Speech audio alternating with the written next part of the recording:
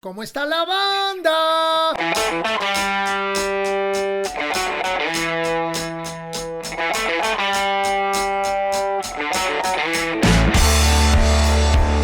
¡Feliz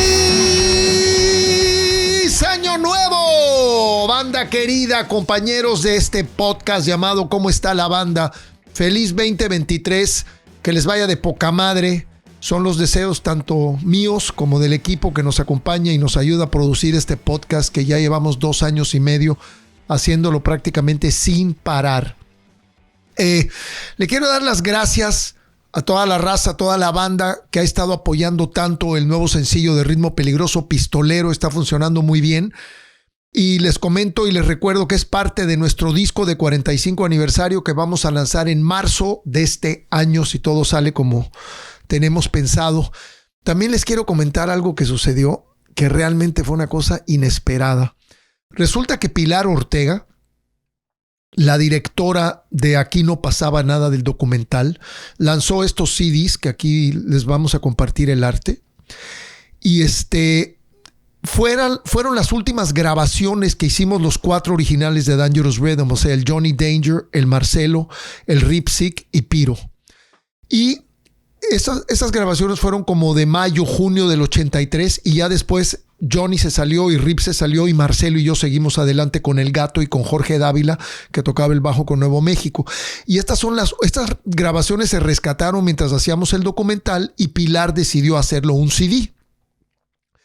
Y pues trae Marielito en inglés, trae una versión de Modern Minds antes de que la produjéramos con Ricardo Ochoa, trae Future Oil, Petróleo Futuro, que era una cumbia punk, que es del disco de En la Mira, y trae una canción inédita que se llama Day 11.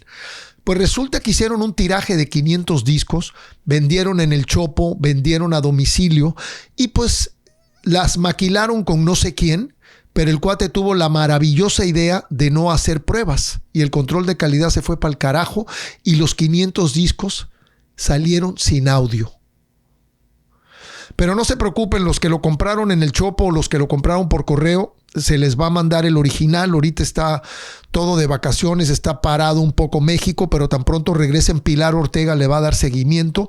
Y los que estén interesados en conseguir este disco con el arte del documental de Aquí no pasaba nada, pero las últimas 4 canciones que grabó Dangerous Rhythm en 1983 lo pueden hacer a través de la página del documental Aquí no pasaba nada en Facebook.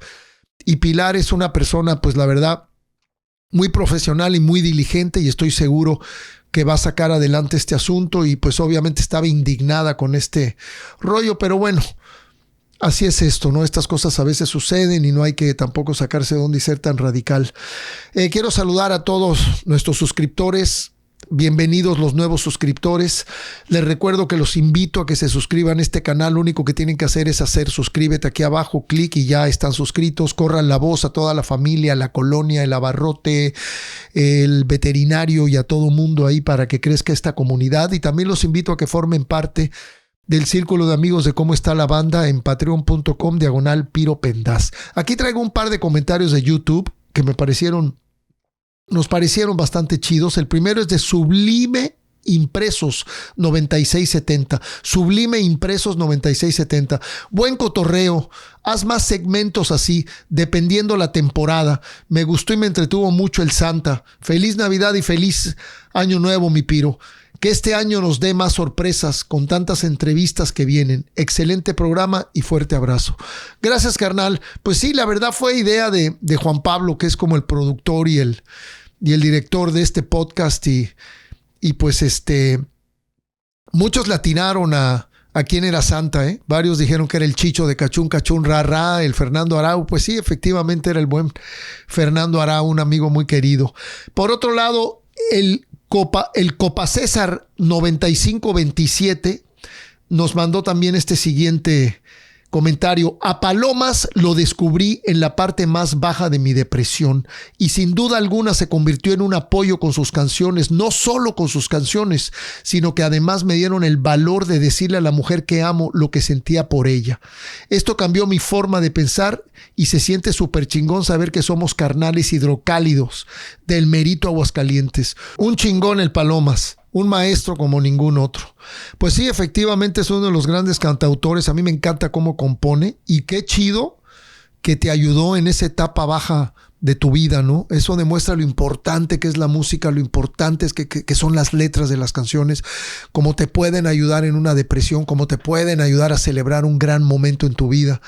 Qué buen comentario, mi estimado Copa César 9527, y gracias a Sublime Impresos 9670 también por su comentario.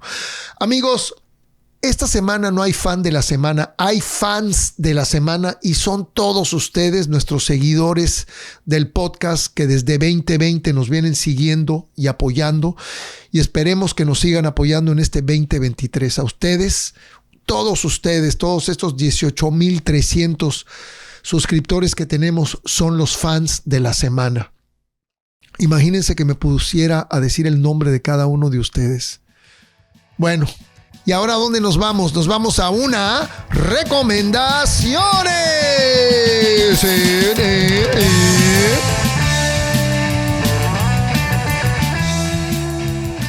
Banda querida, en este primer episodio del 2023 les traigo el quinto disco de The Tubes, Los Tubos, una banda de San Francisco. Este disco es de 1981, se llama The Completion Backward Principle, el principio de finalización hacia atrás. Che título pacheco.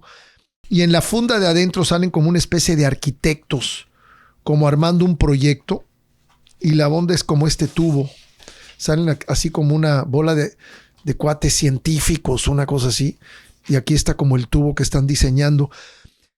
Déjenme decirles que Fee Waybill, uno de los uno de los compositores de esta banda, era un tipo sumamente carismático y un frontman de primera.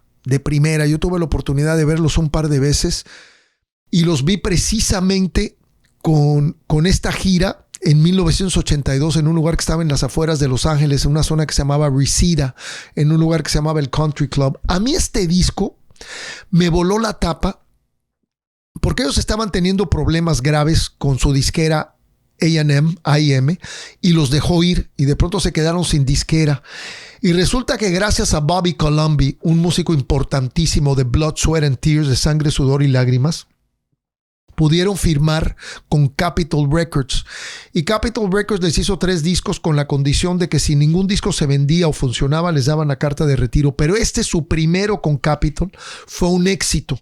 Y curiosamente fue producido por David Foster, un productor que venía de hacer a Earth, Wind and Fire, que después de The Tubes comenzó a trabajar muchos años con Chicago, que produce también el tema maravilloso de Lethal Weapon, de Arma Letal número 3, que si no me equivoco lo canta Sting, con Eric Clapton en la guitarra, que es I hate to say it, but it's probably me. Esa rola la produce David Foster dentro del disco de Sting que se llama 10 Summoner's Tales. Pero bueno, el disco está producido por David Foster y tiene un sonido muy fresco. Y creo que encuentran un lugar muy cómodo dentro del hard pop, porque The Tubes era una banda media teatral y también muy ecléctica. Yo no podría decirles que eran glam rock o que eran punk o que eran hard rock. Tenían una mezcla de estilos y siempre desde su primer disco fueron muy originales. También su segundo disco, que se llama Young and Rich, Joven y Rico, lo produjo nuestro querido Ken Scott, que ya saben que hemos hablado mucho de él en este podcast.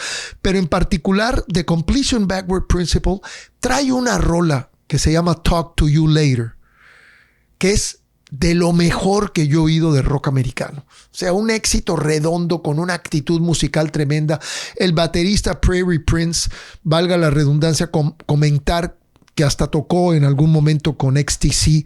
Entonces eran músicos excelentes. La rola de Sushi Girl es una rola maravillosa y el disco está grabado y mezclado por Humberto Gatica, sí, el chileno americano, que eventualmente se volvió uno de los ingenieros más importantes en la década de los 80. Entonces realmente les recomiendo, acérquense a la música de The Tubes. Siempre que recomiendo un disco les digo que se acerquen a la música en general del artista, pero acérquense de veras a este disco de The Tubes, The Completion Backward Principle. Aquí están las fotos de cada uno de los integrantes. No se van a arrepentir y pónganle atención en particular a Talk to You Later, a Sushi Girl y también I Don't Want to Wait Anymore. Unas rolas bien prendidas y bien intensas. Y la producción de David Foster es impecable, al igual que la grabación y la mezcla del tremendo y admirado Humberto Gatica. Escúchenlo. Les vuelvo a desear feliz año. Les recuerdo que me pueden seguir en las redes sociales, en mi Instagram, en mi Facebook y en Twitter. Suscríbanse a nuestro canal de YouTube y también únanse al círculo del Patreon.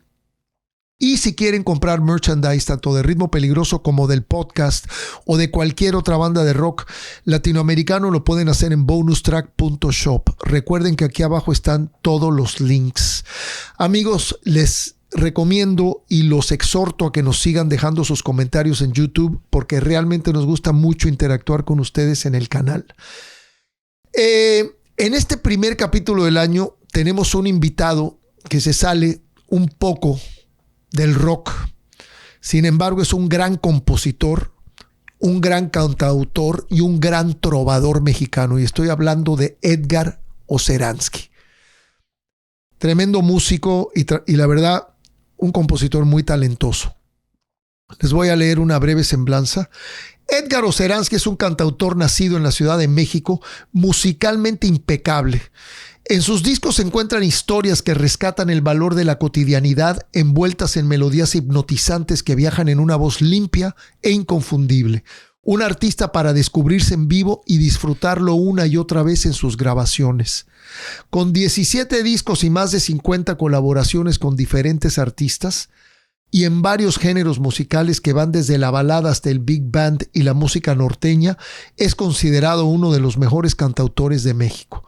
Sus grabaciones lo han hecho acreedor a una diversidad de reconocimientos como Premio ASCAP y el Premio SACM en 2004 y el Fans Choice Award en 2017 en la categoría de Trova. Es creador del Trova Fest, tremendo proyecto, que desde 2014 se ha colocado como el festival de cantautores en habla hispana más importante del mundo, contando en su cartelera con artistas consagrados como Pablo Milanés, Oscar Chávez, Jorge Drexler, Luis Eduardo Aute y muchos más. En 2021 celebró 20 años de su primer disco Estoy Aquí, con una reedición del mismo en nuevas versiones a dueto con 12 de los artistas más importantes de Iberoamérica como Pablo Milanés, Francisco Céspedes, Mario Dom, El Gran Silencio, Benny y muchos otros. Tremendo personaje y un ser humano para mí muy sensible y muy inteligente. Así que amigos, vámonos con Edgar Oceransky en este segmento que se llama Entre Amigos y Vinilo. Te quise de noche y de día, tú me echaste brujería. 5, 4, 3, 2, 1. Mi querido Edgar Oceransky, bienvenido a ¿Cómo está la banda, carnal? Es un placer tenerte aquí en este principio de año. Mi querido Piro, gracias, es un placerzazo también para mí. Primero poder conversar contigo, conversar con la audiencia de cómo está la banda y pues estar reunido con alguien que afortunadamente puedo decir que empieza a ser mi amigo, pero que es mi ídolo y mi referente desde hace muchísimo tiempo, hermano. Qué chido, qué chido. Me da mucho gusto, mi querido Edgar. Lo recibo con harto cariño. Hermano, ¿cómo te pasaste la Navidad? ¿Cómo has estado antes que nada? ¿Cómo pasaste estas épocas, la Navidad, el Año Nuevo? Mira, hemos estado muy bien, afortunadamente. Terminé el año con mucho trabajo. Todavía el 23 de diciembre di mi último concierto. Después el 24 lo pasamos en familia. El 31 también lo pasamos en familia en León, el 24 en Querétaro. Y pues tratando de estar como lo más tranquilo en estos días posible, porque el revolú de la gira de los últimos meses estuvo denso. Tú sabes que una gira más allá de las 2 horas que uno cante en un escenario, pues son todas las que te avientas en camión, en avión, en coche, esperando a que empiece la prueba de sonido, todo eso. Entonces fue muy desgastante todo el último semestre del 2022 y nos hemos dedicado sobre todo a descansar, yo estar con mis hijas, que tengo la dicha de poder compartir mucho tiempo con ellas, con la familia, con mi hermano, con mi madre y con ellos. Qué bonito, qué chido. Oye, no sé si lo comentamos hace poco que nos vimos, pero yo siempre digo que nuestro verdadero salario lo cobramos por esperar. Porque como bien dijiste, el escenario es una maravilla, la interacción con el público, pero la espera en el aeropuerto, la espera para el soundcheck, la espera para que pase por ti el transporte al lobby del hotel, la espera por el Uber en el aeropuerto, y te das cuenta de la paciencia que tenemos que tener los músicos cuando estamos de gira, ¿no? Es que esa es como la otra parte que no se nota del trabajo, las horas nalga, las horas de estudio, las horas de preparación, no solamente todo ese trayecto del que tú estás hablando, que estamos esperando, el tiempo que nos la pasamos leyendo, que nos la pasamos escribiendo rolas, produciendo un disco, juntándote con la banda, a ver ahora con quién voy a grabar estas liras, ahora con quién voy a grabar esta bataca, ahora a quién quiero meter de productor. Todas esas cosas son las que resultan después en las 2 horas del show, ¿no? Y entonces efectivamente nos pagan por todas esas larguísimas horas de espera de nosotros y de nuestra gente, ¿no, carnal? O sea, las horas que nuestra gente nos está esperando, los días que nuestra gente, nuestra familia nos está esperando a que volvamos a casa, ¿no? Muy cierto, muy cierto. A mí el estudio y trabajar con el productor y estar metido en el estudio es algo que también me da muchísimo placer, pero la espera, sí hay veces que me tengo que programar emocional y mentalmente para tolerarlo, porque a veces son esperas pues un poco fuera de contexto, ¿no? Y se cuelgan, y cuando un soundcheck se cuelga y ese tipo de cosas. Y pues son cosas que no te puedes evitar, que por mucho de repente que uno diga, pues es que yo soy el artista, no me hagan esperar. Tú eres el que más tienes que esperar, ¿no? Porque aparte, platicaba alguna vez con los amigos, filosóficamente nadie es indispensable, pero en nuestro trabajo específicamente somos indispensables, porque tú no puedes ir a un concierto, tú no pudiste haber pagado por un concierto para ir a ver a Edgar Oceransky y que de repente te mande un suplente. Eso es algo que no es posible en nuestra profesión. O sea, ahí sí, en ese pedacito de tiempo, somos, no sé si indispensables, pero sí no nos pueden cambiar por otra pieza del rompecabezas, digamos. Entonces, eso lleva a un nivel de compromiso muy, muy grande. O sea, tú tienes que estar bien para que todo lo demás se sostenga. Y entonces sí tienes que aguantar vara en un soundcheck y sí tienes que aguantar vara en un aeropuerto y no te puedes poner ningunos moños, porque si dices, yo soy el artista y entonces ya me cansé de esperar y no tomo ese avión, pues no hay concierto, brother. Claro, entonces, claro, es mentira, claro. No, te tienes que adaptar, por supuesto, por supuesto. Edgar, ¿y tú empezaste a tocar la lira desde chavo o fue algo que empezaste a agarrar ya un poco más de adolescente? ¿Cómo se dio todo este asunto de la música luego de la composición en ti? ¿Cómo fue ese proceso? Mira, la guitarra fue ¿cómo te puedo decir? La guitarra fue un anzuelo, brother. La guitarra es un elemento que estuvo en mi casa desde siempre, porque mis abuelos de los dos lados paternos tocaron la guitarra, mi padre toca la guitarra, mis tíos, varios de mis primos. Hay gente incluso que se dedicó a la música en mi familia.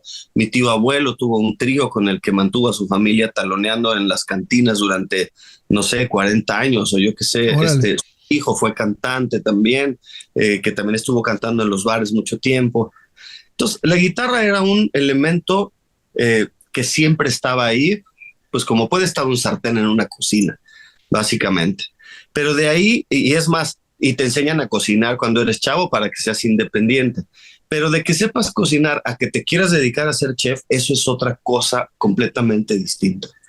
Y entonces, yo agarré la guitarra en la secundaria para aprenderme mis primeros boleros de Álvaro Carrillo y mis primeras canciones de Los Hombres G.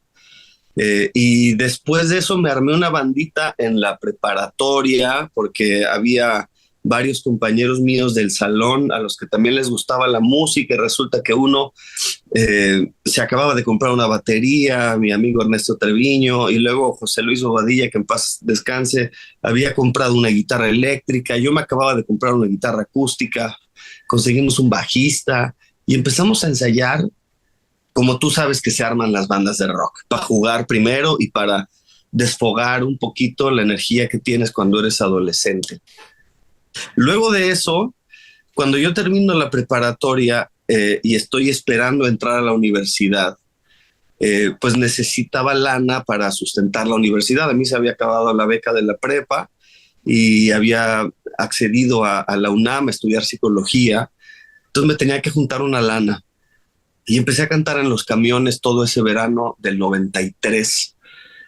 Y en uno de esos camiones, Cecilia Pellicer, mi amiga, sobrina nieta del poeta Carlos Pellicer, que era mi compañera de la preparatoria, que tenía una banda de punk con la que coincidíamos en las tocadas, yo con mi banda de rock y ella con su banda de punk.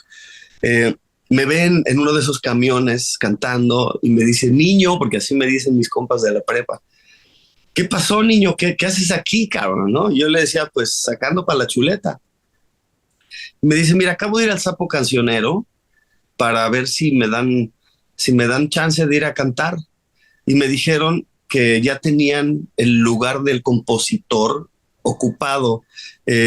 Las peñas, para la gente que nos está viendo en otros lugares, las peñas en México eran centros donde se hacían diferentes espectáculos musicales en una noche. Tú podías tener a un comediante, podías tener un grupo de folclore, podías tener a un cantautor, podías tener a alguien que hiciera covers de trova y podías tener de repente un ventrílocuo. Había diferentes números durante la noche. Y el número del cantautor ya estaba ocupado nada más y nada menos que por Fernando Delgadillo. Entonces el gerente de la peña, Pepe Taimani, le dice, pero ¿sabes qué me falta? Me falta un dueto que hagan covers de trova cubana, de canción latinoamericana, de canciones mexicanas. Y entonces Cecilia me dice, ¿por qué no nos armamos ese dueto tú y yo? Y yo, feliz de la vida. Nos fuimos a su casa la siguiente semana, nos montamos 5 rolas, nos fuimos a hacer nuestra audición al Sapo Cancionero y me quedé durante 7 años ahí, carnal. 7 años, primero un año con ella, después hice otro dueto, luego me junté con un poeta y luego empecé a escribir canciones a los 20 años más o menos, que de pronto veo que la música está empezando a ocupar un papel que yo no tenía contemplado en mi vida. Yo honestamente quería ser psicólogo, yo quería ser psicoanalista o neuropsicólogo. Y para eso yo me estaba preparando. Pero la música de repente me empezó así a jalar. Y un día me acuerdo mucho de un productor argentino con el que caí por azares del destino, que me dijo, oye, pues te recomendaron conmigo, a ver, cuéntame qué haces, ¿no? Y le dije, pues yo canto canciones. ¿Cómo de qué tipo de canciones? Y ya le empecé a cantar rolas de David Aro, y rolas del Marcial Alejandro, y rolas del Delgadillo. Uy, el buen Marcial, cabrón. Marcial, que terminó siendo mi canal y mi maestro. Sí, ¿no? Buen cuate. Yo también era muy amigo de él. Tú sabes, gran poeta, ¿no? El Marcial. Y entonces, el argentino buena onda, me dice, pero cántame una canción tuya, cabrón. Y le dije, es que yo no escribo canciones, yo canto. Yo soy intérprete. Yo pensando en los intérpretes, ¿no? Como Eugenia León, como Guadalupe Pineda. Esos intérpretes que a mí me gustaba escuchar, ¿no? Y me dijo, mira, Edgar, te voy a plantear algo que no te va a gustar. No tienes la voz de Luis Miguel y no tienes la cara de Ricky Martin, güey. Entonces, sí, tú como cantante no la vas a hacer, brother. O sea, o compones canciones, porque lo que sí estoy viendo es que te interesa cierta parte del mundo de la que deberías empezar a hablar. Ahí es donde está tu lugar. Y yo, ese día que me dijo, tú de cantante no sirves, me encabroné mucho, pero ese día escribí mi primera canción con el encabronamiento que él me provocó. Claro. Y se la agradezco a la fecha. O sea, al día de hoy yo le sigo agradeciendo a este maestro que me haya dicho una neta tan a rajatabla y que me cambió la vida. Entonces ahí empecé a escribir canciones. Qué interesante anécdota. Y era un ejecutivo de alguna disquera transnacional seguramente, ¿no? Pues fíjate que no, pero era un productor musical, o sea, de estos tipos que tú llegabas con tus rolas y él te armaba en el disco, que cuando llegó a México, él ya se había dedicado un poco al rock en la Argentina, pero llegó aquí y sobre todo se dedicó a la publicidad, ¿no? A los comerciales, etcétera. Ok. Y quería empezar a armar otra vez cosas como de artistas, no solamente de publicidad, sino cosas como de artistas. E incluso yo con él empecé a trabajar algunas cosas, le montaba canciones para algunas canciones que le escribía y que mostraba a algún artista o alguna editora, etcétera. Pero fíjate que yo creo que su honestidad y su ojo fue muy bueno, fue muy clínico. O sea, él me pudo haber mareado y dicho, ay, qué padre, qué bonito, no me hables, yo te hablo, como me dijeron 350 más de la industria, ¿no? Pero él fue así muy, muy neto conmigo y eso me ¿Y gustó. qué año fue ese, Edgar? Mira, ¿Te eso recuerdas? en el 95, que yo tenía 20 años, porque todavía estaba en la universidad. Y incluso una de las cosas que a mí medio me encabronaron ese día fue, ¿qué chingados hago aquí, cabrón? Si yo estoy estudiando la carrera y yo me quiero dedicar a la psicología, no a la música. ¿Qué estoy haciendo escuchando cosas que no vienen en mi futuro? Pero la vida me puso ahí, la vida me Claro. puso ahí y me cambió el camino por completo. Y vaya que si te puso, carnal, porque acabas de cumplir el año pasado, en el 2021 cumpliste 20 años de carrera y tienes 17 discos. ¿Eres una persona muy disciplinada para componer o simplemente tienes constantemente la inspiración para estar creando? Mira, el año pasado cumplí 20 años de que saqué mi primer disco. Yo voy a cumplir el próximo año, en realidad, 30 años de haber empezado a cantar en el Sapo Cancionero. Pero se cumplieron 20 años de hacer ese primer disco. Tengo 17, como tú lo acabas de decir, de los cuales hay 9 discos inéditos, o sea, de canciones nuevas en cada uno de ellos. Y los demás, pues, son o discos de duetos, o discos en vivo, o discos que he hecho en conjunto con otros artistas, etcétera. Pero en realidad escribo poco. Me pasó al principio, como yo creo que le pasa a cualquier compositor, que cuando te abren la llave, más bien cuando descubres esa llave, pues le explotas lo más que puedes, ¿no? Y entonces es más cantidad que otra cosa.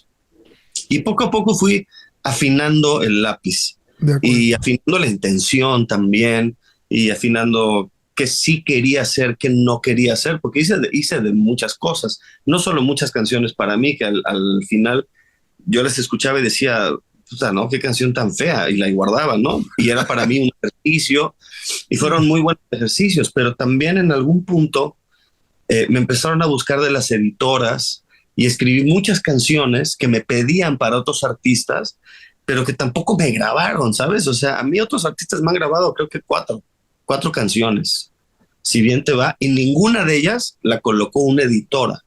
Siempre fue o porque estaba yo con el compositor o porque estaba yo con el cantante, y ahí armábamos la rola. Pero eso también fue un ejercicio, primero, de arrastrar el lápiz mucho, de entender hasta distintas corrientes musicales, porque yo escribí norteño, escribí baladas, escribí grupero, escribí de todo, de lo que me pedían yo iba y me ponía, ¿no? Pero también fue un ejercicio de decir, bueno, ¿quiero hacer esto o no quiero hacer esto? Y con el tiempo me di cuenta que justo eso no era lo que yo quería hacer. Yo tengo grandes amigos a los que respeto enormemente, que se dedican a hacer canciones para otros artistas y son buenísimos en lo que hacen. Yo no supe hacerlo, mi camino no fue ese, porque las únicas canciones que a mí terminaban chuleándome eran las que hablaban de mi vida más personal. Y esas son las que nadie te graba, más que tú, ¿sabes? Entonces dije, bueno, entonces mi camino en realidad es el del cantautor, no es el del compositor. Ya me habían dicho que no era el del cantante, y el del camino del cantautor, ese fue en el que yo me sentí realmente cómodo y me sentí útil ante mi audiencia. De acuerdo, qué buen punto de vista. Oye, o sea que entonces fue un trayecto, una espera de 10 años hasta grabar tu primer disco. Sí, fueron casi 10 años. Empecé a cantar en el 93, el primer disco salió en 2001. Fueron 8 años de espera, y no de espera. Te voy a decir por qué no fueron de espera, fueron de preparación. De Eh, acuerdo. este mundo en el que yo ya me crié musicalmente, que era el mundo de las peñas, se acostumbraba mucho que ya existían unas cosas que se llamaban portaestudios, que era una cassette ¿Cómo no? con 4, 8 o 16 canales donde tú podías... Fue el principio de la democratización de los estudios de grabación, ¿no? Y el famoso pimponeo, ¿te acuerdas con esos portaestudios, con el Tascam? Exacto. Y empezabas a pimponear, grababas una lira y luego grababas una voz y luego grababas la segunda ahí encima. Entonces era un ejercicio muy didáctico, ¿no? Hay discos que yo conozco de Fernando Delgadillo, por ejemplo, los 2 primeros de Fernando, que se grabaron en portaestudio Tascam de 4 canales y que vendieron cientos de miles de copias, brother, así, sin mezcla, sin máster, sin efectos, sin nada, ¿no? Simplemente la guitarra, la voz y luego le metían por ahí otro instrumento y lo que importaba pues era la esencia de la rola, ¿no? Entonces, yo vengo de ese mundo en el que eso ya era una posibilidad. Entonces yo recuerdo que cuando yo ya tenía mis primeras 10, 12 rolas, ya me andaba yo de gira por Puebla, por Pachuca, por Cuernavaca, etcétera. La gente me decía, ¿por qué no te grabas un demo? ¿Por qué no te grabas un cassette? Eso me lo dijeron desde el 96, 97 y mi primer disco lo grabé en 2001. Y yo decía, es que yo no quiero grabar un demo. No sé, era una cosa en mi cabeza que decía, no quiero un demo. Mejor me tomo el tiempo necesario porque no me siento primero preparado. No es lo mismo tener 10 rolas para meter en un cassette que tener 10 buenas rolas y luego que saber cantar bien esas 10 rolas y luego querer defenderlas el resto de tu vida, güey, porque ese demo te va a perseguir por el resto de tu vida. Y de repente si te sientes avergonzado de eso que hiciste al principio, pues no sé qué tan fácil sea. Yo tengo la dicha de no sentirme avergonzado de ninguno de mis trabajos. Aunque ahorita haya algunos que no me representen, no me siento avergonzado de ninguno de ellos. Entonces yo me fui esperando hasta que llegó el punto en el que dije, ahora sí tengo para hacer un disco. Eso habrá sido finales del 99. Y me piden que produzca el disco de un poeta con el que yo andaba girando, que se llama Edel Juárez. Le hablo a mi gran amigo del alma, Mario Dom de Camila, que desde entonces hacíamos cosas juntos. Y le dije, brother, vamos a aventarnos este disco, porque yo solo, ni de broma, ¿no? Mario ya tenía Cayo produciendo algunas cosas, él ya tenía su estudio, tenía sus micros, tenía su compu, tenía su teclado chingón. Y entonces, juntos coprodujimos buena parte de ese disco que se llamó Títeres de Tú, que era un disco muy sui generis de un poeta, con algunos cantautores, pero no solo era eso, había había tracks que eran solamente los poemas, que nosotros le metíamos secuencias y guitarras eléctricas y cosas así. Entonces, cuando eso sucede, yo me doy cuenta que ya estoy preparado para hacer un disco. Escojo las 10 rolas, me voy con el mismo Mario a su casa y le digo, carnal, quiero hacer mi primer disco y lo quiero hacer independiente, porque lo mismo, el mundo del que yo venía era un mundo independiente. Mexicanto, Filio, Oscar Chávez, toda esa gente a la que yo veía en los conciertos eran artistas independientes. Entonces ese era mi referente. Me junto una lana para pagarle a Mario los 10 primeros demos que ya sonaran a lo que yo quería que sonara, bueno, él y yo, para después eso traducirlo a instrumentos reales, tener dinero para pagar músicos, para pagar un estudio, mezcla, máster, etc. Entonces me armo ahora sí, ese demo de 10 canciones y empecé a buscar dinero. A ver si me encontraba algún patrocinador, a ver si algún amigo, no sé qué. Y ese demo llegó a Sony Music. Y resulta que me fueron a buscar, me fueron a ver al péndulo de la Condesa. Y me acuerdo que Kevin y Paul, que eran quienes dirigían en ese momento el AIR y el director de la compañía de discos, después del show me dijeron, ¿qué necesitas para hacer un disco? Y yo les dije, pues $60,000 pesos, porque yo ya había hecho mis cuentas y yo sabía que yo con 60,000 varos le pagaba a los músicos, pagaba el estudio, pagaba la mezcla, el máster y hasta una maquilita de 1,000 discos. Te estoy hablando que 60,000 pesos eran $2,000, ¿no? O sea, nada. Y para Perdón, Sony menos. Perdón, $20,000, perdóname, $20,000 porque el dólar estaba a 3 Ok. pesos. ¿No? Y entonces me acuerdo que Paul me dice, ven el lunes a la oficina y te hago un cheque. Y así fue. Yo llegué el lunes a su oficina, literal, me hizo un cheque por 60,000 pesos, me lo dio y me dice, tienes un mes el estudio de Sony Music. Sin firmar ningún contrato. Nada. Va. Me dice, cuando termine, mi historia con las disqueras es también de verdad milagrosa porque... No, esto para mí es así. Nunca había oído una cosa así, ¿eh? Yo Qué tampoco. bárbaro. Qué bárbaro. Entonces me dijeron, ahí está la lana, ahí está el estudio, cuando termines, me lo traes. Entonces, Además, compas. el estudio de Sony, mi querido Estudio Edgar. yo Gran creo que estudio. era el mejor estudio que había en Latinoamérica, ¿no? O sea, tremendo estudiazo. Y entonces le empiezo a hablar a mis compas, le hablo a Mario Dom, y le dije, brother, ya tenemos la lana para hacer el disco que tú y yo hicimos, pues vente a terminar de producirlo conmigo. Y me dijo, ¿qué crees, güey? Que estos mismos cabrones me acaban de decir lo mismo y me voy a Los Ángeles a grabar mi primer disco. Él era bastante más ducho que yo y él no les pidió 60,000. Sí. $30,000, sino que les pidió bastante más y se los dieron, ¿no? Entonces me quedé yo un poquito solo y me junté de mis amigos y ahí fue que hicimos el disco. Yo decidí qué canciones eran, yo decidí qué arreglos eran, yo decidí quién lo mezclaba, quién lo masterizaba, yo decidí todo. Entonces con el disco, es más, hasta las fotos, el arte, todo lo decidí yo. Y con el disco terminado llegué a Sony y les dije, esto es lo que pude hacer. Ah, perfecto. ¿Cuál quieres que sea tu primer sencillo? Ah, cabrón, bueno, pues este. Y así empezó mi historia discográfica. Es más, creo que mi contrato con ellos lo habré firmado como al mes de que salió el primer sencillo, porque todavía ellos estaban diciendo, vamos a ver medio cómo le empieza a ir, para ver si lo firmamos o no, porque si no, para ellos 60,000 pesos perdidos no era nada. Claro. Pero luego, ¿para qué te embarcas con un artista, no? Y como al mes del primer sencillo fue que en realidad me firmaron. Oye, ¿y quién te mezcló ese primer disco? Ese primer disco lo mezcló y lo masterizó mi querido amigo Juan Suitalski. Uy, mi hermano, tuvimos un estudio juntos. Sí, Acento. Ya sabes, sí, la calidad. No, qué maravilla. Sí, no, Juan, son palabras mayores, muy querido, gran amigo. Tuvimos un estudio con Marcelo Aramburu, el fundador conmigo de Dangerous Rhythm, el Oso Pavón y Juan Suitalski. Wow.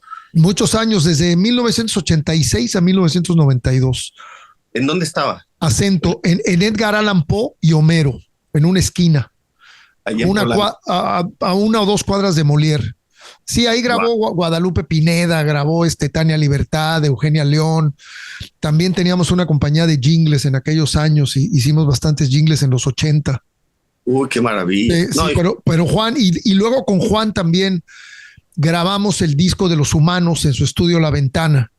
Ahí lo grabamos y lo produjimos Nacho Acosta y yo, el único que grabamos El Instinto Animal con opción sónica. No, pero Juan es una garantía maravillosa. Qué bueno, no sabía que habías trabajado con Juan y fíjate en tu primer disco, qué chingón. El primero, y fíjate que yo tenía el referente de él justo de las personas de las que tú me estás hablando, de Eugenia León, bueno, también de Fernando Delgadillo, que acababa de hacer un disco con él, de Eugenio Toussaint, que lo conocía, a mi querido Eugenio, lo conocí en el estudio de Juan. Eso fue otra de las bendiciones. Eran muy amigos. Eran compadres, ¿no? Una de las bendiciones enormes que yo tuve en mi vida y que vienen de este primer disco es que yo te conté que yo hice primero 10 demos, ¿no? Pero un día estando en el estudio ya mezclando ese disco en el estudio de Sony, perdón, en el estudio de Juan,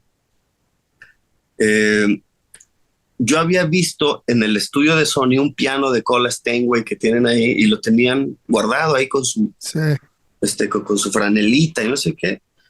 Y todos los pianos de mi disco son teclados, ¿no?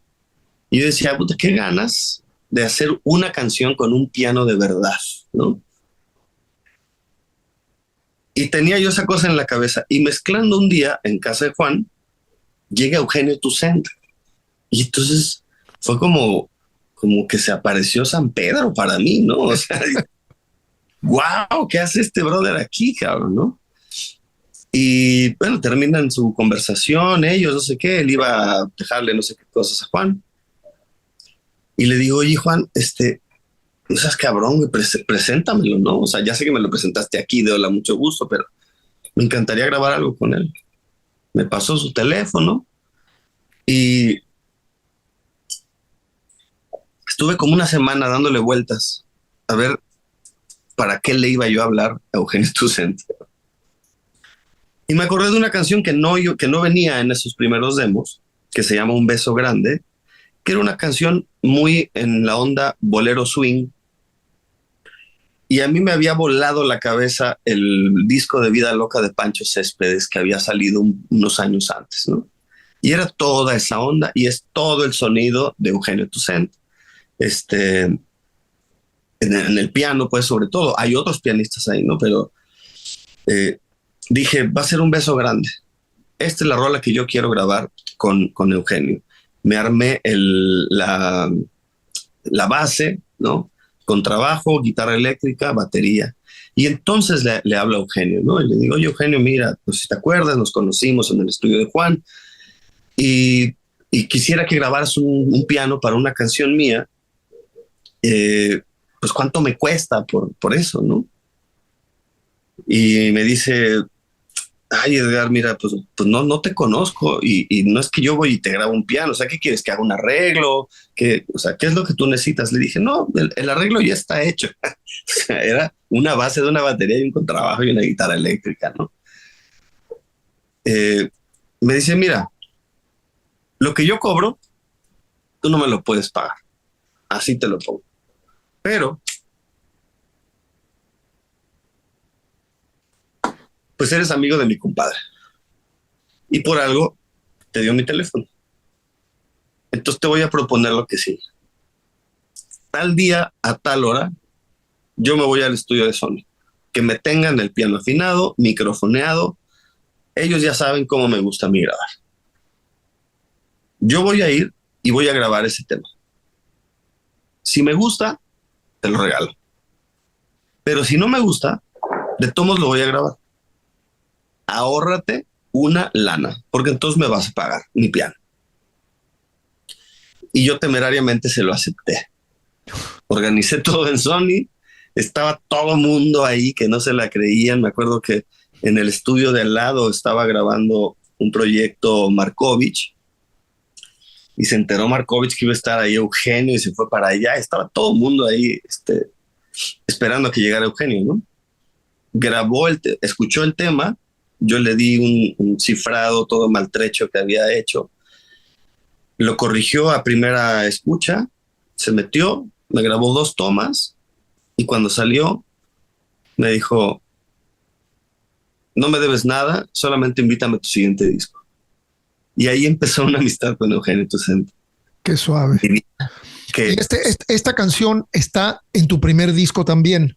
Está en mi primer disco porque pues ya que estábamos mezclando y todo, dije, no me importa, yo tengo que meter esta canción aquí. O sea que estaba Juan Suitalski en cabina grabando Eugenio Toussaint. No, Juan no grabó, Juan solo mezcló. Ok.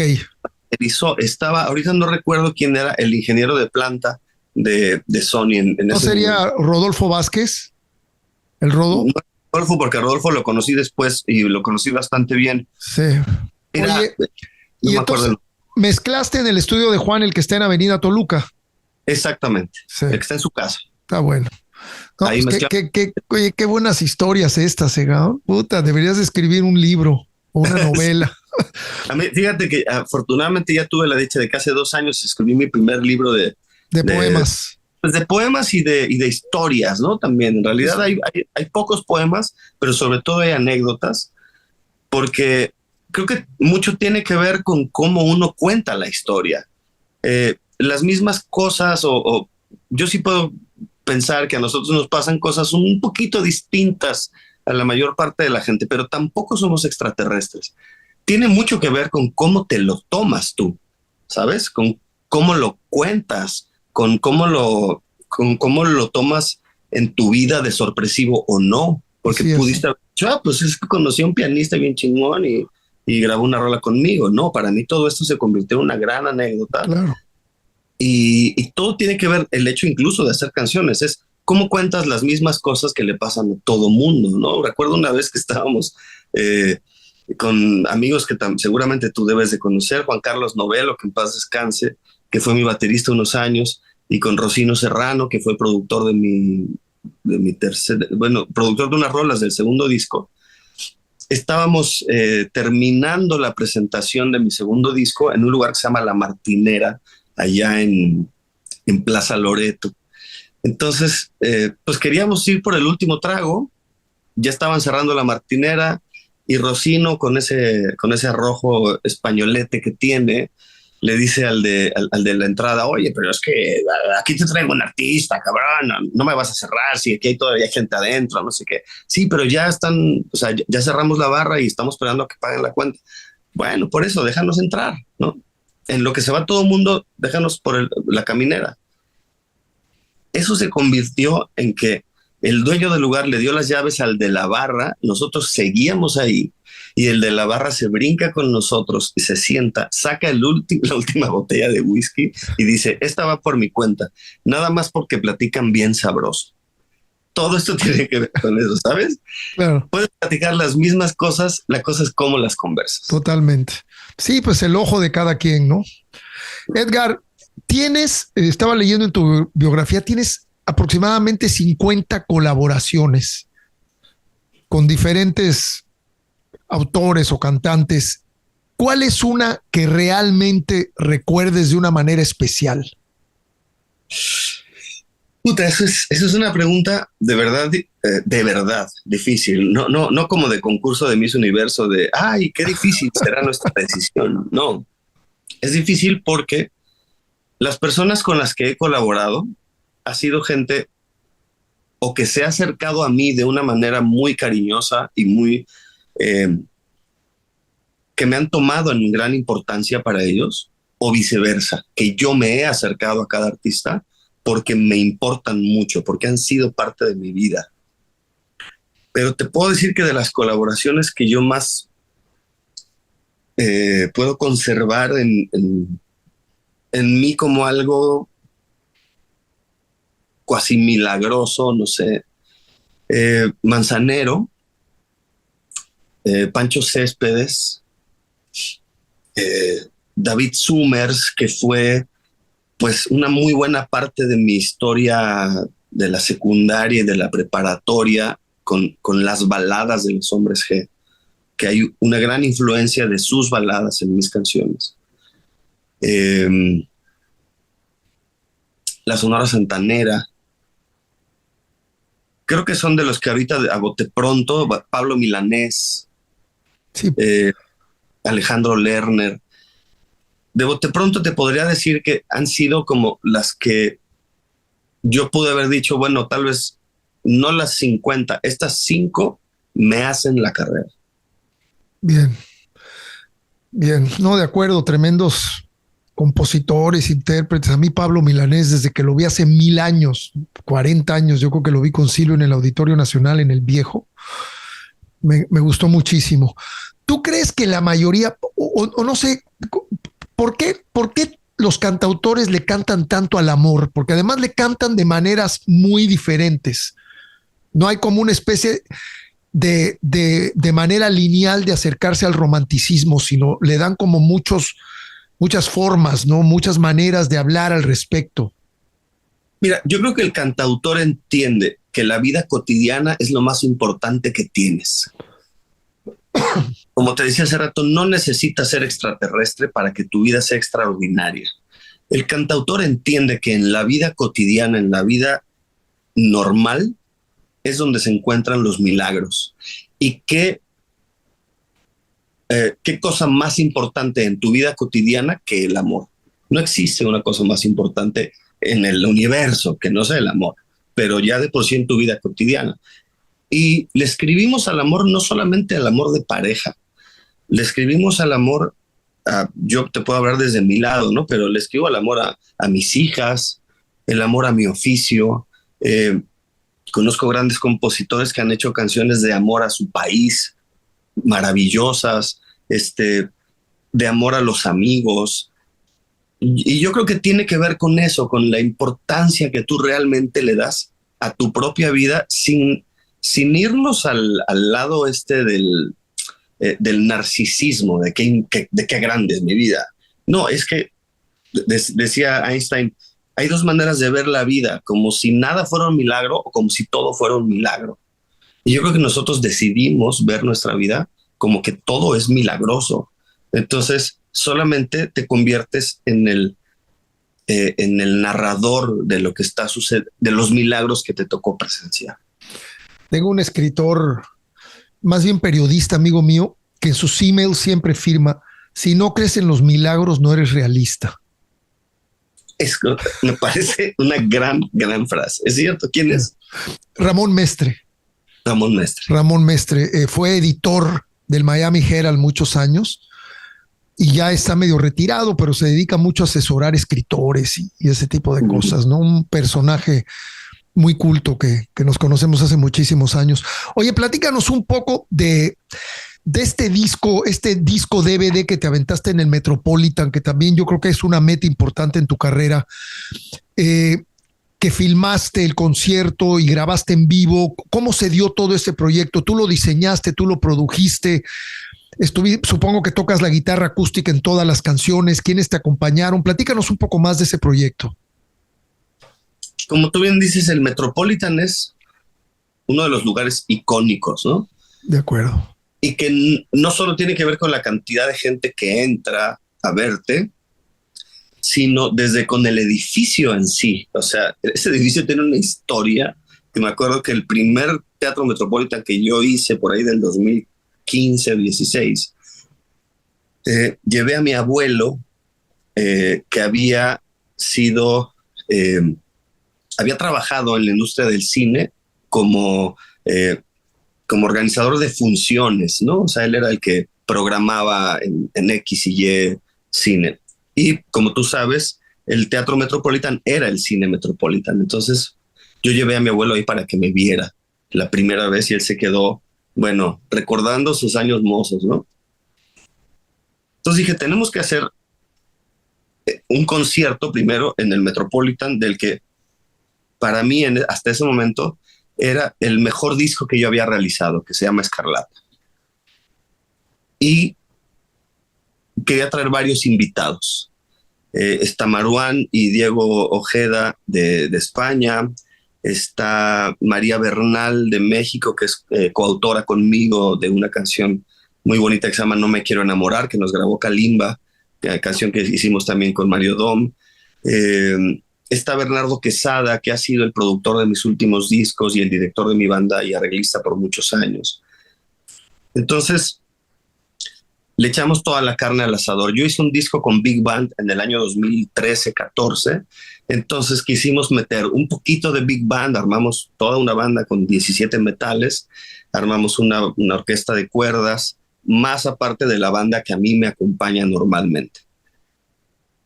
Y dije, esto va a ser el agasajo para mí y para mi público por lograr estar en este sitio y sentirnos tan afortunados. Una semana antes de que fuera el show, mi hermano, que es mi manager, que le digo, me dice, Edgar, tenemos que grabar esto, cabrón. Tenemos que documentarlo. Y yo, neurótico que soy, le dije, güey, no se puede planear una grabación en vivo en una semana. Le digo, no es nada más ponle play y record. Le digo, necesitamos bla, bla, bla, bla, bla, bla. Chingo de cosas más. Le dije, la verdad es que no tengo cabeza, cabrón. Yo estoy concentrado en los ensayos y no me parece buena idea. Yo no me voy a poder concentrar. eh, la neta es que yo no le entro, güey. Y me dijo, bueno, yo me lo aviento. ¿Neta? Sí, yo me lo aviento. Le dije, bueno, entonces necesitas le hice una lista. Todo esto, si no, yo no lo grabo. Así seas mi carnal, yo no voy a trabajar con un productor de un disco que no haría lo que yo hago por mí, ¿no? Y se aventó una chambota y dijo, pues tenemos que documentar este momento. No solamente te lo quedes para ti, Edgar. O sea, sé que va a ser un momento bellísimo para ti, para tu público, pero esto tiene que quedar para tu historia, por del tamaño que sea tu historia, pero tiene que quedar para tu historia. Y así fue que él se aventó esa idea y bueno, pues tuvimos que contratar obviamente mucho más gente que grabara, aparte la sesión, no solamente ya sabes el audio de en vivo de la sala, otra iluminación, cámaras, Claro. etcétera, para que realmente el disco en vivo fuera un disco en vivo, porque al final sí hicimos, yo te diré que me habrá aventado 8 o 10 overdubs en todo el disco, ¿no? Porque había cosas que de repente se salían de control y eran inafinables, ¿no?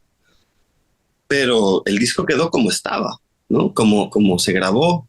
Lo único que llegamos a hacer fue que tal vez quitamos 3 o 4 canciones que al final no me gustó cómo quedaron, pero creo que mi hermano tuvo un gran tino al decirme que teníamos que documentar ese momento. No, y también que le haya dado seguimiento a la producción sin involucrarte tanto, ¿no? Y meterte más carga de estrés y todo eso, porque ya me imagino la chambota de estar con unas cuerdas, con una banda de big band y además con tu banda, ¿no? O sea, no era un Sí, show cualquiera, no, era una cosa que nos conllevaba era un ensayos reto. muy largos, ¿no? Ensayos muy largos, muy comprometidos, eh, porque también los presupuestos que manejamos desde la independencia son muy distintos, ¿no? O sea, todo sale de nuestra bolsa. Entonces, no es lo mismo decir, yo voy a ensayar durante un mes para grabar un DVD en vivo y puedo pagar una banda de 30 músicos durante un mes para los ensayos, Claro. que decir, tengo 2 semanas de ensayos con a veces 5 horas, a veces 4, y ahorita solamente pueden ensayar las cuerdas y luego porque pues todo mundo obviamente con el presupuesto que nosotros les podíamos dar, pues no era que se podían quedar con nosotros para el resto del mes, ¿no? Entonces, coordinar todas esas cosas conlleva un nivel de estrés muy grande, pero de todos modos, la creatividad es la que tiene que salir por delante más que el presupuesto. El presupuesto siempre importa, ¿no? O sea, es difícil hacer cosas sin que haya un presupuesto de por medio, pero si no hay la creatividad y si no hay el con Por queso las supuesto. tortillas, pues también por mucha lana que le pongas, creo yo que pues, no sale como debería, ¿no? De acuerdo. No, pues qué buen proyecto y felicidades, porque sí, salieron muchos éxitos de ese producto, ¿no?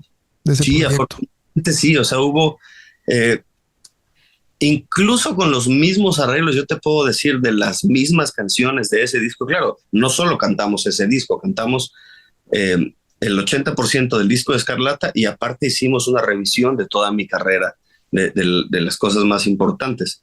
Pero hubo versiones que se quedaron de ese concierto. O sea, hay medleys, por ejemplo, que se hicieron para ese disco y que a la fecha yo sigo cantando esos medleys, ¿no? Porque le pegaron a la gente de cierta manera la Claro. conjunción. Esta canción con esta y con esta terminaron siendo un batazo para ellos emocionalmente. Entonces, sí le tengo mucho cariño y fue un gran atino, creo. Qué bien. Edgar, otro gran logro en tu carrera. ¿Cómo se te ocurre crear el Trova Fest y cómo realmente logras llevarlo a cabo? Porque eso ha de haber sido también un proyecto bastante complicado, ¿no? O sea, sí complicado y no, te voy a decir por qué. Llevaba yo ya muchos años, eh, por lo menos, digamos, desde el 2007 al 2012, 13, que empezaba yo a tener mucho trabajo en lugares que no eran los típicos lugares de cantautores. Y yo me encontraba con una disonancia entre lo que decían muchos de mis compañeros, que era, es que cada vez hay menos lugares para tocar. Y lo que a mí realmente me sucedía, que cada vez tenía más lugares para tocar. Desde un salón de fiestas que se rentaba el empresario de Chihuahua, porque en Chihuahua no había una peña, y entonces decidí hacer un concierto, hasta casas, hasta jardines, bares que eran de música electrónica y que los hacíamos para hacer un concierto de nosotros, etcétera, sin sonar en la radio, sin que existiera todavía una gran penetración de la música digital como las plataformas que ahorita tenemos. Y yo veía que cada vez yo tenía más público. Y no solamente yo, o sea, no sé, por ejemplo, yo veía que Nicho Hinojosa iba y tocaba en toda Latinoamérica, en Estados Unidos. Fernando Delgadillo iba y tocaba en todos lados. Venía Silvio Rodríguez y hacía 3 auditorios nacionales. ¿Y hace cuántos años tú no escuchas a Silvio Rodríguez en la radio? Venía Serrat, venía Sabina. Entonces yo decía, a ver, esto es algo que se está cocinando en la base de nuestra población porque tenemos una educación musical muy chingona, muy chingona. Entonces hay oídos que están ávidos de esta música y la radio ni la tele se los está dando y los están encontrando en otros lugares o pasándose cassettes y discos o yendo a los conciertos a descubrir gente o lo que sea. Y yo decía, esto es algo de miles de personas. Ahí me lo fui guardando y fui madurando la idea. Y como muchas cosas maravillosas que suceden, de pronto viene salta la liebre donde menos te lo esperas. Estoy terminando un concierto en el Ojalá en Coyoacán y hay una pareja sentados casi hasta adelante. Yo a él ya lo tenía identificado de varias veces que yo lo había visto entre el público y ese día yo traía sed y le dije, terminó el concierto y le dije, hoy me voy a emborrachar contigo, compadre. Bueno, y me senté a emborracharme con él, literal. A media borrachera me dice, oye Edgar, tú tienes un proyecto cultural. Y le digo, por supuesto que sí, tengo varios. No, pero un proyecto cultural que se pueda presentar ante las instancias. Le dije, sí, tengo uno. A ver, cuéntame. Le dije, es un festival de cantautores. Gratuito, en una plaza, como si estuvieras en el Vive Latino, con cantautores. Me dijo, ¿tú crees que va a haber esa cantidad de gente? O sea, yo te estoy viniendo a ver a un lugar de 90 personas. Tú me estás hablando de miles de personas. Le dije, brother, yo he pedaleado México y yo sé que hay chingo de gente a la que le gusta esta música. Lo que pasa es que no tienen esos espacios para ir a escuchar. O algunas veces no tienen lana para ir a pagar 2,000 o 3,000 pesos para ir a Silvio Rodríguez. O a veces es gente que tiene una edad a la que no le gusta ir a los bares. O le digo, ahí se pueden conjuntar muchos contras que si nosotros se las ponemos facilita, armamos una buena cantidad de gente. Me dice, mira, esto pónmelo en papel porque curiosamente estoy trabajando con la presidenta de la Comisión de Cultura de la Cámara de Diputados. Por eso te hice la pregunta que te hice. Me dio una semana, le armé el proyecto, se lo llevé. Doña Margarita Zavala, a la cual respeto muchísimo como promotora de la cultura, se lo presenté y me dijo, me encanta tu proyecto, lo vamos a hacer, dime qué necesitas. No me dijo cuánto necesitas, qué necesitas, y lo hacemos. Y entonces ahí pues ya fueron varios meses de arrastrar el lápiz, de darle forma, y así surgió el Trova Fest. Entonces, ya que teníamos la idea, dije, bueno, ahora ¿a quiénes traemos, no? ¿Quiénes y por qué? ¿En dónde? Decidí que fuera en Querétaro porque yo me había mudado a Querétaro hacía un par de años. Y lo primero que se me ocurrió fue Pablo Milanés. Dije, porque si yo le platico esta idea a mucha gente, me van a tirar de al loco, ¿no? No, yo no soy un empresario, soy uno de sus iguales. Y me van a decir otra plática de borrachera de las que nos hemos aventado toda la vida. Me van a tirar de loco. Y yo no quería que me tiraran de loco. Entonces agarré un ancla. Y esa ancla fue Pablo Milanés. Literal, me metí a internet a buscar su página, encontré el teléfono de su manager, le escribí, me tomó una llamada, le conté el proyecto, aceptaron. Y una vez que Pablo dijo que sí, dije, todo el mundo va a decir que sí. Y así fue. ¿Y dónde fue en Querétaro? En Querétaro, en la Plaza Fundadores, que también se le conoce como el Templo de la Cruz, que es el sitio fundacional de la ciudad de Querétaro. Mi proyección era 5,000 personas y llegaron 15,000 personas. Madres. ¿Esto qué año fue? Esto fue en 2014. Hicimos 2 días, sábado y domingo, en un puente del 19 de noviembre.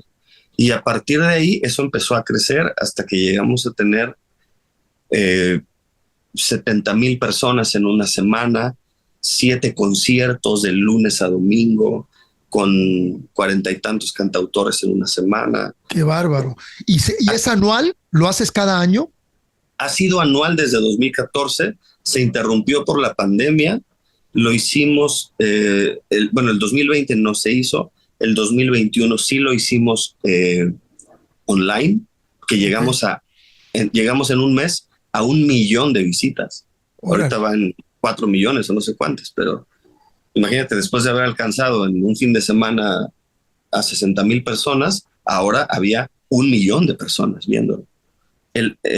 Este año, 2022, no se hizo, pero se hará de nuevo el 2023. Vamos a cambiar de sede, nos vamos a Uruapan y va a continuar. Y es un proyecto que yo creo que tiene una larga vida, porque, a ver, ¿qué fue lo que sucedió con el Trovafest?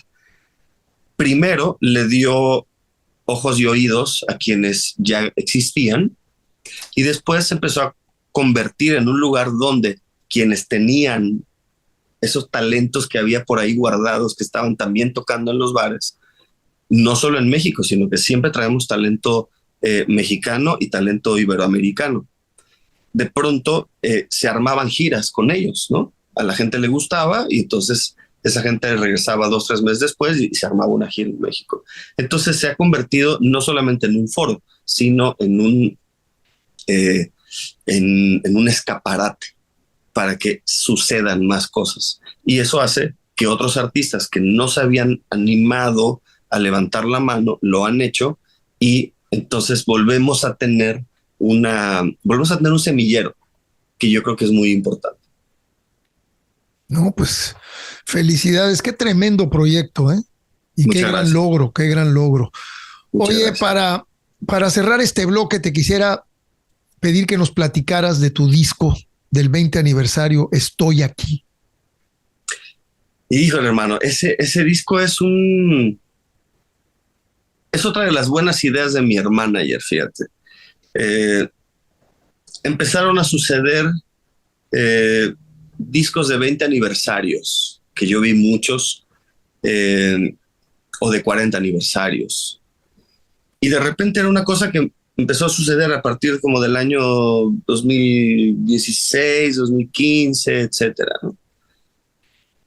Y de pronto, cuando va a ser cuando empezamos el 2020, me dice mi hermano, oye, el próximo año se cumplen los 20 años de tu primer disco.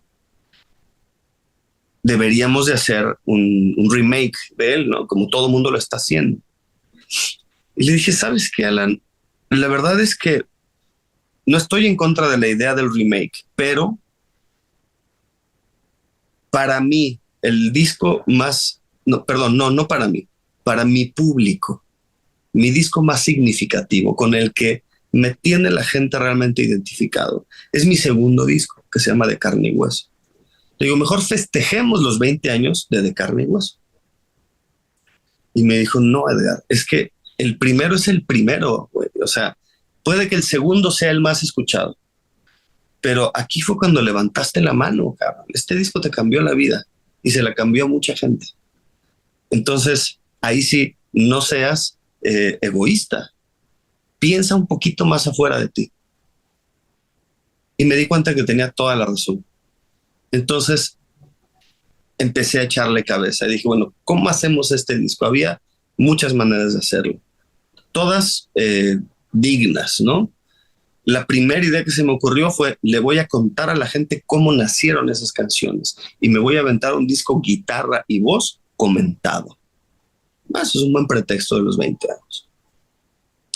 Y luego dije, no, esto lo puedo hacer en cualquier momento. Bueno, ¿qué te parece si reversionamos estas 20 rolas y las traemos al 2021? Con lo que tú, Edgar, ya traes de bagaje musical después de este tiempo y de conocimiento en producción, etc.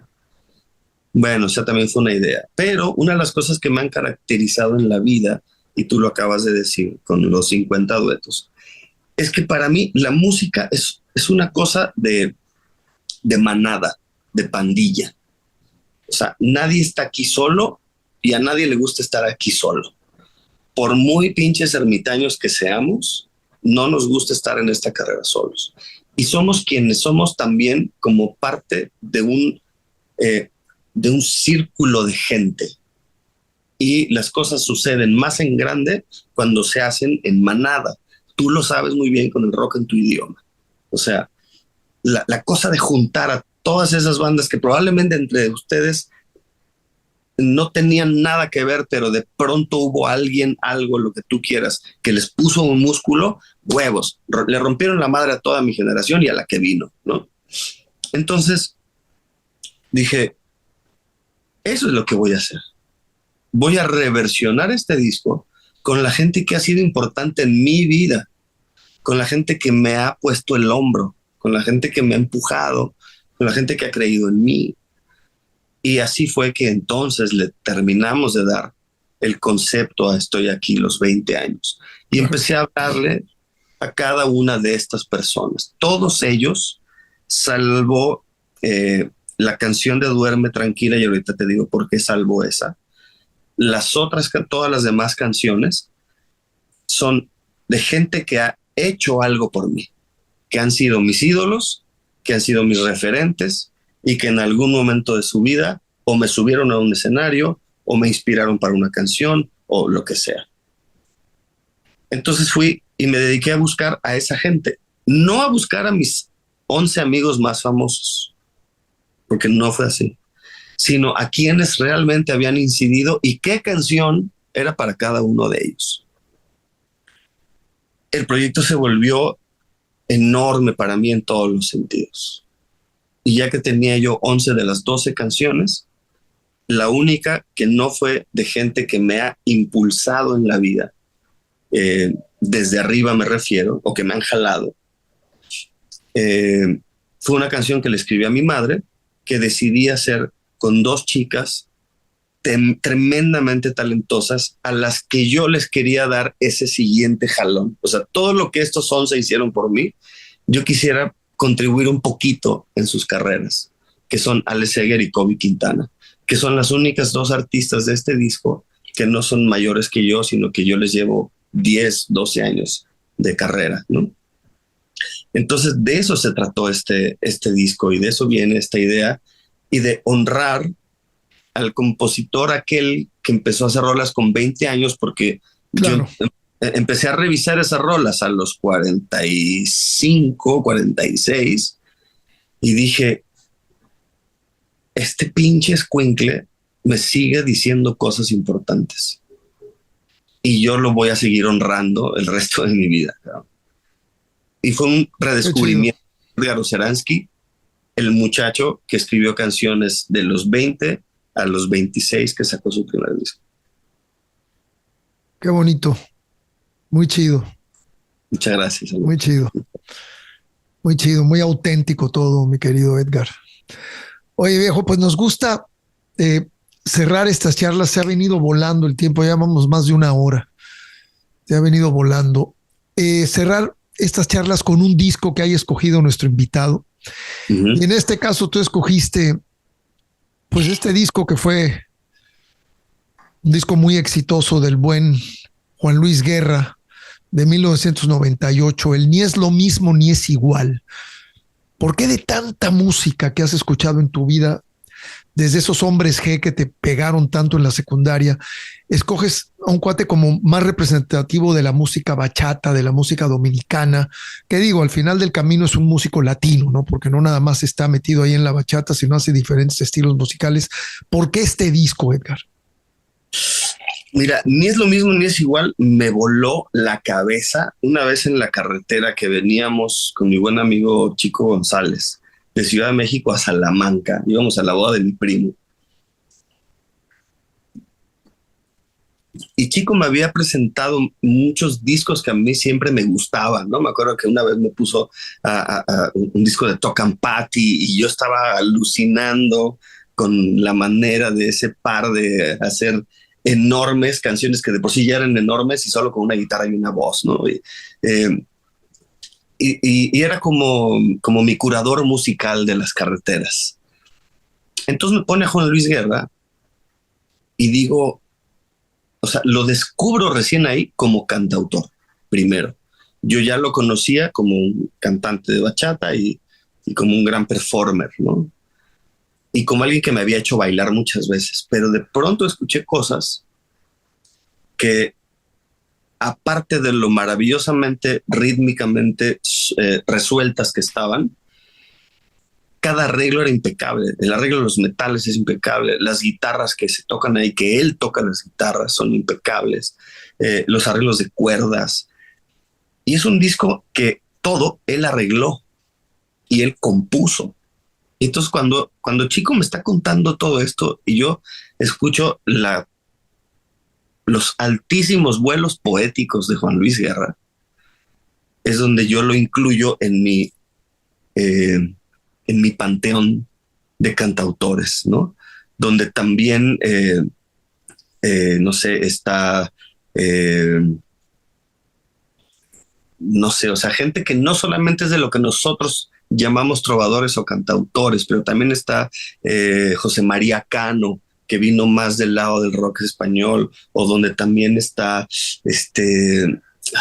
no sé, Armando Manzanero, que te puede venir más del lado del bolero, o donde también está José Alfredo Jiménez, que está del lado del ranchero, o donde también, o sea, el trovador no tiene que ver con un ritmo musical, el trovador tiene que ver con una manera de enfrentarse al mundo y poéticamente cómo lo vas a traducir. Y así se me presentó en ese momento Juan Luis Guerra, ¿no? Cada una de las canciones la desmenucé hasta que no podía más y me parecen impecables. He escuchado posteriormente discos de Juan Luis que me parecen igualmente impecables, pero me parece único. O sea, hay canciones tremendamente bien logradas con una guitarra y hay canciones tremendamente bien logradas con 40 músicos atrás. Y siempre con una lírica que te sorprende. Hay una canción dedicada a Jesucristo de una manera tan perfectamente bien hecha, tan ser dogmática, tan espiritual. Hay crítica social al sistema de seguridad social de República Dominicana, los hospitales. Hay canciones de amor bellísimas. Hay un lenguaje que se puede acercar a lo más folclórico de la República Dominicana, como la canción del Conuco. Es un disco tremendamente completo. Entonces, yo por eso escogí ese, porque también es un disco al que yo recurro cada tanto tiempo para escucharlo y volver a decir, a ver, así se construye una obra. O sea, no solo estamos haciendo un disco, no solo estás haciendo una canción, no solo estás produciendo una canción. Siempre tienes que acercar a eso desde el lado de la obra, como algo integral en tu carrera. Entonces, por eso yo recurro tanto a ese disco, porque envejece con una dignidad tremenda. Hoy por hoy, con todos los adelantos tecnológicos que seguimos teniendo, suena mucho más cabrón que muchos de los discos que están hechos hoy en día, ¿no? o discos que fueron hechos en los años 60 en cinta y con unos preamplificadores de bulbos enormes y con maquinones tremendos y con micrófonos de decenas de miles de dólares. Bueno, ese disco tiene todo ese equilibrio que puede tener cualquier buen disco de la historia. Por eso es que yo escogí a Juan Luis y por eso lo integré al panteón de mis cantautores. Oye, ¿tienes alguna rola favorita de este disco? Híjole. Mira, yo creo que la canción que le hace a Jesús, que se llama No necesito pastillas para dormir si estás conmigo. Todos los sueños florecen cuando me hablas al oído. Esa canción me gusta mucho. También la del Conuco. El Niágara en bicicleta fue muy popular de este disco, ¿no? El Niágara en bicicleta, aparte de que creo que sí es la más popular, esa me conecta, fíjate, me conecta con una vivencia aparte muy particular. El Niágara en bicicleta, para gente que no la haya escuchado, es una crítica al sistema de seguridad social de República Dominicana y de cualquier país latinoamericano, ¿no? Entonces yo recuerdo que la primera vez que fui a República Dominicana había tenido varios días de promoción y conciertos y no sé qué. Y de repente me agarró un ataque de ansiedad antes de entrar a una televisora. Y le digo al promotor que me llevó, le digo, ¿sabes qué? Me estoy sintiendo muy, muy mal, me está pasando esto. Necesito un doctor. Le digo, a mí esto ya me ha pasado varias veces en mi vida. Sé exactamente lo que necesito. Entonces, por favor, llévame con un médico, de ser posible un psiquiatra, si no, cualquier especialista. Y yo necesito tal medicina.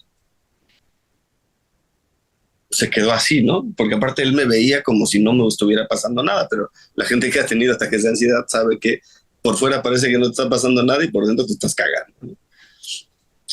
Entonces me lleva a un hospital que había ahí cerquita de la Seguridad Social y consigue un psiquiatra.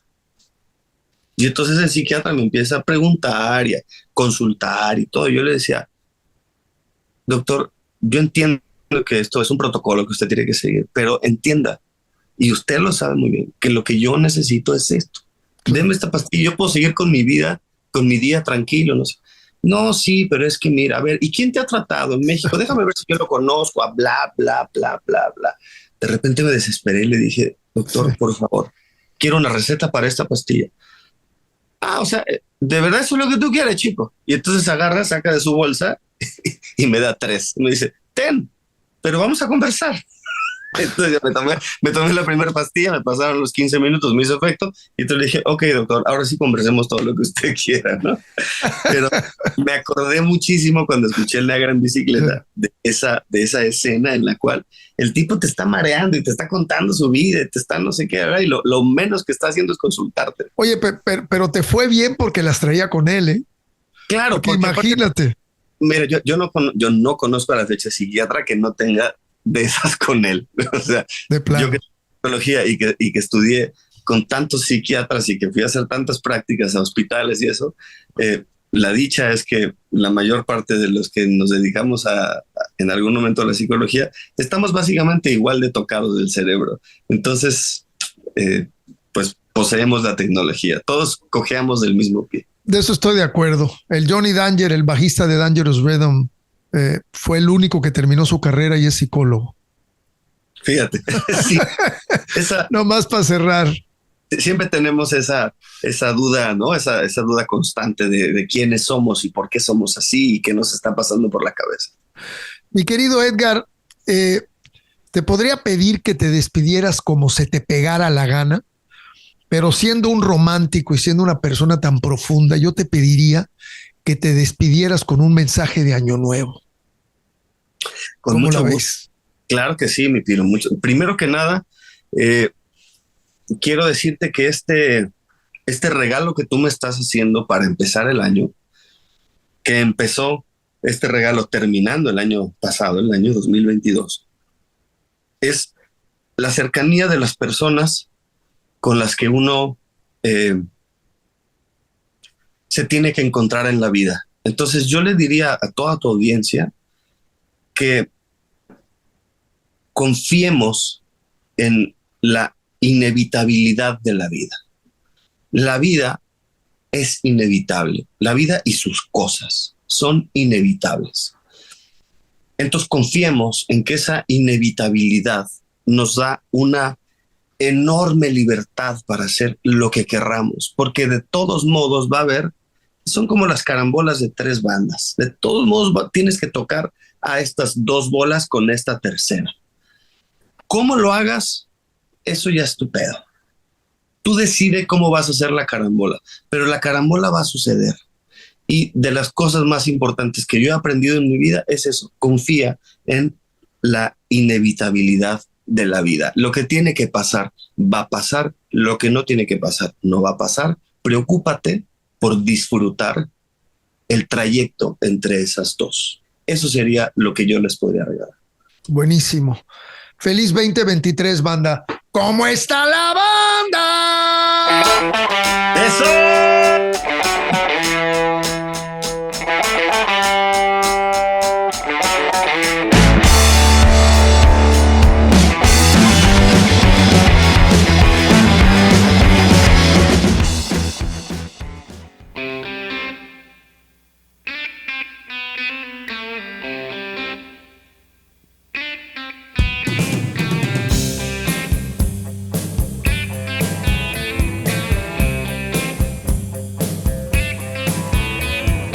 I've been passing, analyzing all the time.